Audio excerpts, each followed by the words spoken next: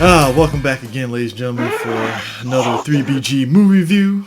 And this time, me and Eris are talking about the Pixar movie Onward. Uh, AKA Pixar does another road trip. yeah. You know what's interesting is, um, there's always these type of tropey type movies. I think you watch so many movies over the years, like we have and stuff.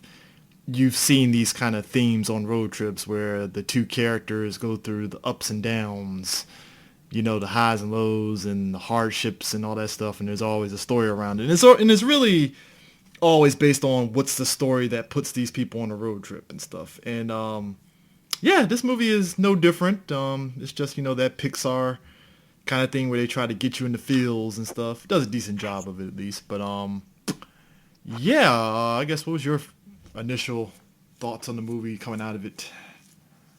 Well, I felt like the movie just did it did a combination of a few films.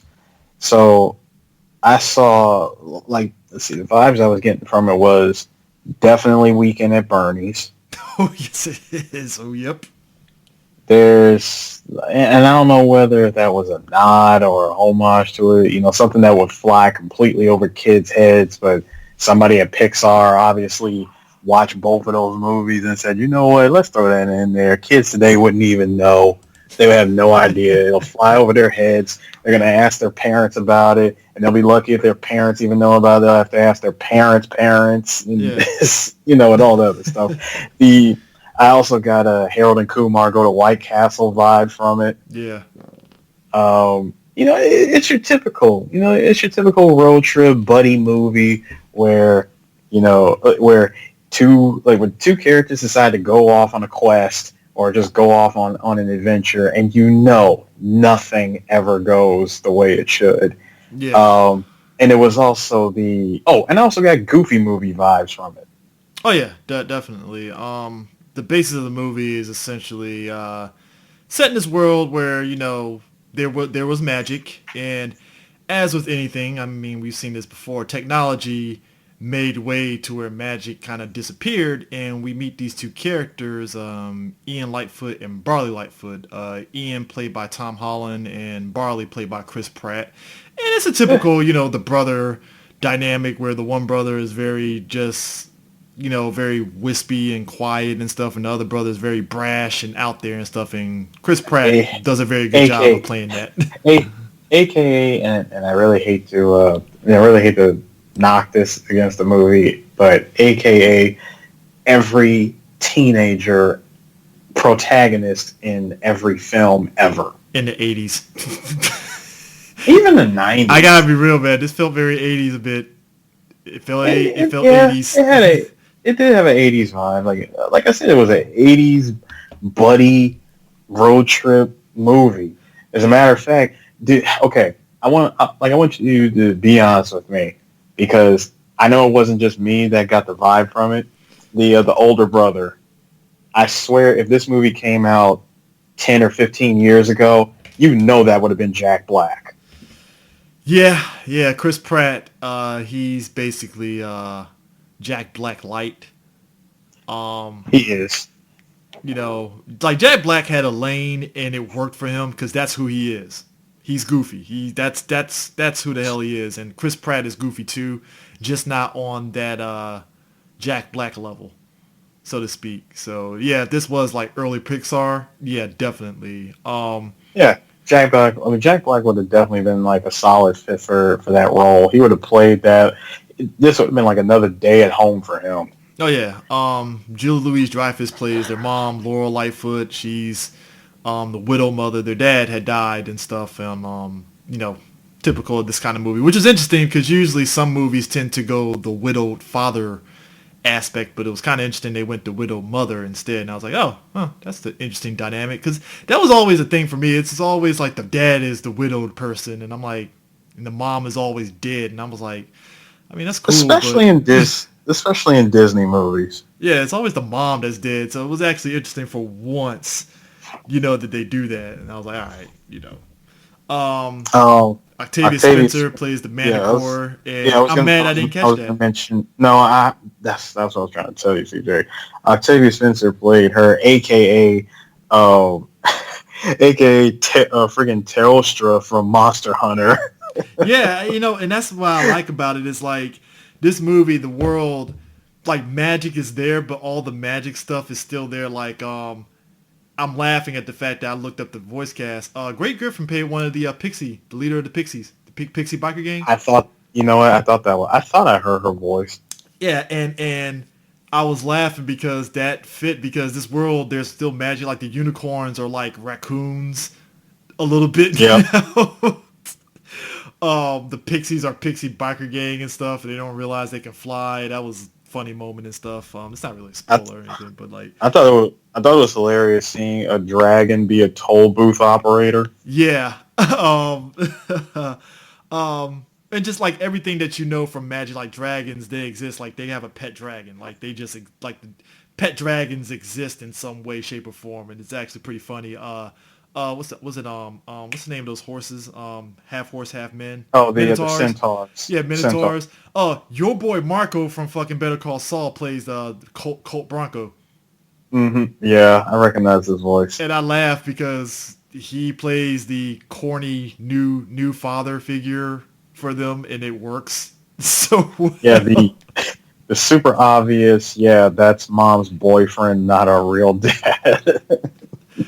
And I like it because he plays just a typical like he's the corny dad the corny father figure that means well, and I like how they played it up and stuff. It works. It works for this movie. I liked it.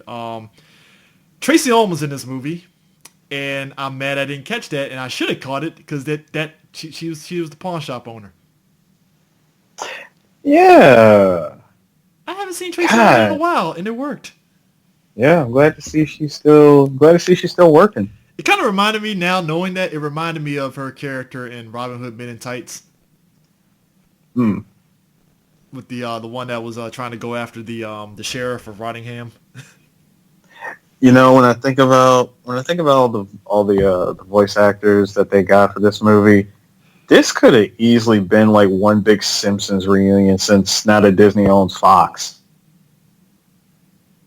Yeah, definitely. Like they could like imagine they got, you know, we already got our two MCU actors. We got two people from the MCU, and then the rest of the cast would have just been everybody from the Simpsons. Yeah. But yeah, the whole core of the movie is the brothers going on this road trip, the mom coming after them, because basically their dad left them a staff and it could resurrect them for one day, and they only get half of his dad, which is his legs. And as you said, it turns into Weekend at Bernie's, which actually there's some funny moments. Yeah, there Very, was a lot of fun moments. and like I said, they do some endearing moments and stuff. And it, like I said, the overall structure of the movie works. I mean, it's nothing to really go on. Like I said, I like the world where there is magic and people are kind of like, I like how they turned that whole aspect of magic being real, and it is real. They turned it into like a D&D Magic the Gathering and stuff, and everybody's like, whatever, magic, I don't care kind of thing, you know. It's just, It's kind of it existed at one point, and now it's like, whatever. it's kind of like how in the universe of The Incredibles, there was a time when superheroes were a thing, and then of course time passes and superheroes are kind of phased out, Yeah. and then they have to go into hiding and live normal lives. Yeah, I mean, and like I said, we were talking about the struggles and stuff. Like the brother, he has this checklist that he wants to do to kind of, be bold and stuff because, he comes across one of his father's friends and he was like, yeah, your dad was a very bold person and, and he wants to be that and stuff. And like I said, prototypical of this, he eventually finds his footing, so to speak. And like I said, it works. It's the typical character journey. It's nothing really much to say. It's kind of weird with this film because when you rank it among Pixar movies and stuff, you can't really rank it as like the top tier of top tier, but it's not a bad movie either. It's just like, it does its job. It's fine. I mean, some people that we know said that this was probably the weakest of the Pixar movies. Yeah, what's funny? I could see them creating a TV show spinning off this. You, mm, the kind of, what I'm getting, like what I'm also getting from this, and again, I'm not taking anything away from this movie, saying that it's bad or anything. I enjoyed it. Oh yeah, it's I, enjoyable movie. Definitely I enjoyed it enjoyable. for what it was. I Yeah. thought it was a really good movie. I know, I saw the story that they were trying to tell, and it worked. I felt it. Um, what I got out of it, I guess one of the things I got out of it was it's kind of like how Brave Little Toaster predated Toy Story. Yeah, very underrated movie. Very underrated This movie. is gonna. I have a feeling this is gonna be one of those underrated movies. Yeah, I mean, because it's you know, I think one of our friends said it best and stuff. Like, Pixar is in a position where they're coasting to a degree. Yeah. Um, and I don't know whether that's because I feel they're in the same position as Marvel Studios, where they know they can crank out some movies and stuff. And look, like I said, I think the last movie that we saw of them that we did was what, Toy Story 4. Yeah, Toy Story 4, which told a very good story, and the ending that they set up for Toy Story 4, I felt like y'all don't need to do a 5. There's no need. There's really no need to do a 5 to this movie. Yeah, I mean, and to me, even prior to that, Incredibles 2, Coco, all those. So it's like, it's kind of interesting too because like, probably one of their weakest series is Cars. Even though I like the first Cars, I gotta rewatch Cars 3 because I barely remember that movie. Well, as long as they don't, as long as they don't go off into the deep end and they give us planes. That was an interesting series of movies. I'll just say it, leave it at that. I'm shocked that spun off into a TV show and stuff. So um, but yeah, with Onward and stuff, like I said, I feel that they have a good idea here. Like I said, I wouldn't be shocked that they do a TV show based off this, just like they did Big Hero 6. Yeah, Because that's I right. mean, They you did could do. do a God, they TV did a show off series this to that easily. too. Yeah, They done. I would say they've done series, just not on every single popular movie that they put out, but a good handful of movies. Like whether it's a TV series spinoff just on specific characters and not the whole cast. yeah. Like they did that with oh god, who was it? They did that with Lion King. They did that with Timon and Pumbaa. They gave them their own show. I mean, it worked. I mean, It did. yeah. Yeah, I mean, because you could definitely do a continuing adventures of the two brothers in this world. Because, like I said, I think I'm more invested in this world that they built up and stuff, and how they could probably do more like TV show adventures with the brothers and the magic staff and all that stuff. I know it's like I don't know if you can. I'm not saying you can't do a sequel. Don't get it twisted. I think you could do a sequel to anything, but it's like, could you do a sequel? Maybe. I No, don't know. it's not. Could you do a sequel? It's Should you? Yeah. should you do a sequel? Yeah. So yeah, I don't know. It's kind of interesting where they can go and stuff, man. I mean, Because I feel like with the subject matter that they went with in this movie, mhm. a sequel could ruin everything that the first movie told you. Yeah, Because I felt like with the way they set it up, I'm like, well, they set everything in stone with how they set up the story and how it progresses and how it reaches its climax, and seeing how that there's no going back with what they do. Don't try to give us a sequel. Don't try to find a loophole and try to do this. Just don't do it. Sometimes yeah, it's just best to just leave things at just one movie. But yeah, we'll see how this movie does at the box office. yeah. That's interesting too about this. It's like it's Pixar. They throw these kind of movies out, and it's just like, all right, well, it does well. Kids are, like I said, kids are going to enjoy it. Like I said, I think Chris Pratt, his character Barley Lightfoot, I love him. There's a point where he does something and he does a salute, and I die laughing because You know what? That's all you gotta do is just say the salute. the When the salute. salute. It's just when you see the way the character does it, it's like you're laughing because he just has such a straight face about it. Like it's that like dun, dun, dun, and just the salute. I was fucking dying because it's just those little moments you're just laughing at. Like wow, wow, we did this. Huh? Yeah, there was legit funny moments. Like, Oh, the part when they stopped for gas and the biker gang showed up. This is why this was one of the reasons why I thought of Harold and Kumar Go to White Castle. Remember the extreme guys. yeah, and that's why I like you have Ray Griffin playing the Pixie Duster biker gang and stuff. You just see initially you see bikes just rolling up there and like what the fuck's going on? It's like, oh, they're Pixie. Okay, that's why, And the whole sequence of them running away from the biker gang is funny in and of itself, just because the way the set pieces for it is and stuff. Pixar does a pretty good job of doing action set pieces for the most part and stuff. I never really had a complaint about how they go about doing them and stuff. They do a pretty good job of it and stuff. I never really had, even Cars, which I know a lot of people don't like. I like how they set up their racing scenes in those movies too. So, they Oh yeah. they clearly got a groove going on with how they go about things and stuff. That's why I feel that they're in a situation where they're coasting, but at the same time, they're able to actually make these kind of movies work and stuff. So while it might not hit those highs of OG Pixar like we remember, like Bug's Life and all that stuff, they still are able to kind of craft, pretty good movie for the most part and stuff. No issues or anything like that. So, Yeah, I don't have like for what this like for what the movie is. I have no issue with it. I yeah, think it was good. It's enjoyable. I'm sitting at a. I'm gonna sit. Honestly, I'm gonna sit at an 8 for this one. yeah, I'm sitting at the A2 and stuff. I'm still thinking back. I can't believe I didn't think of Jack Black though. I'm mad. I'm really mad I didn't think Yeah, about that. I'm mad, dude.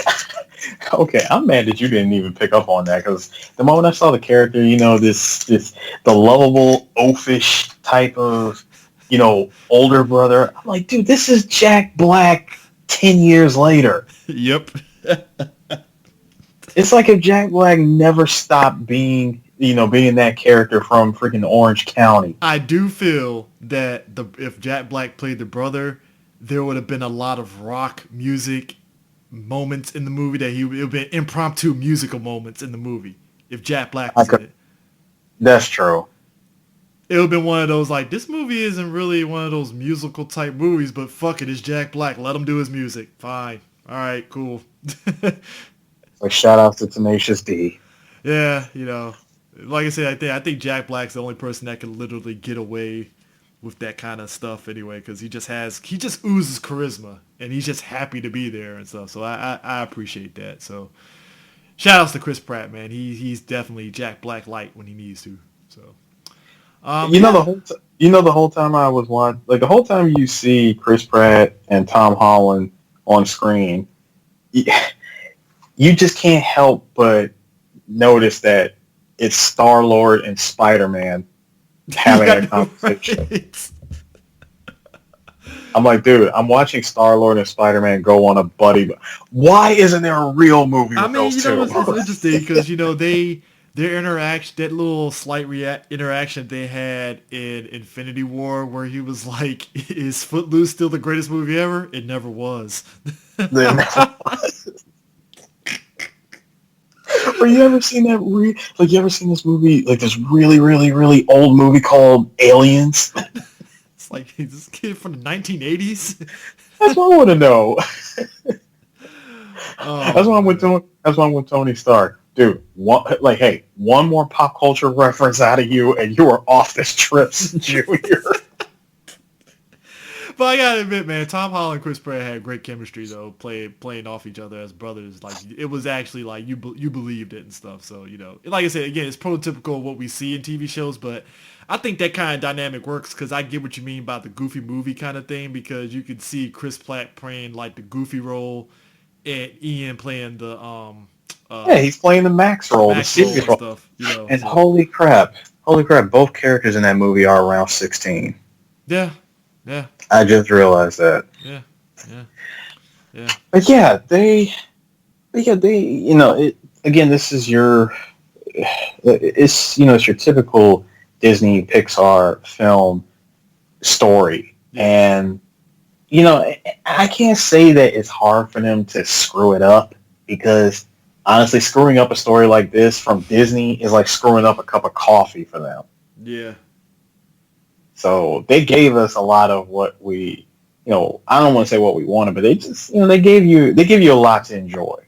Yeah, oh, definitely, definitely. Like I said, they keep you informed. Like I said, I think kids and adults alike are definitely gonna love it. Like I said, the Weekend at Bernie's reference, definitely, because there's so many moments where I had to just chuckle, like, this is some Weekend at Bernie's 2 shit right here. Like, all right, cool, Oh, absolutely. I'm with it, man. Because So, when that one part came up, I just leaned over to you and I said, "Weekend at Bernie's." yep. So yeah, with that in mind, yeah, 8 out of 10. Definitely take the kids to go see it. You will definitely enjoy it. So we will catch you guys later. Peace. We done.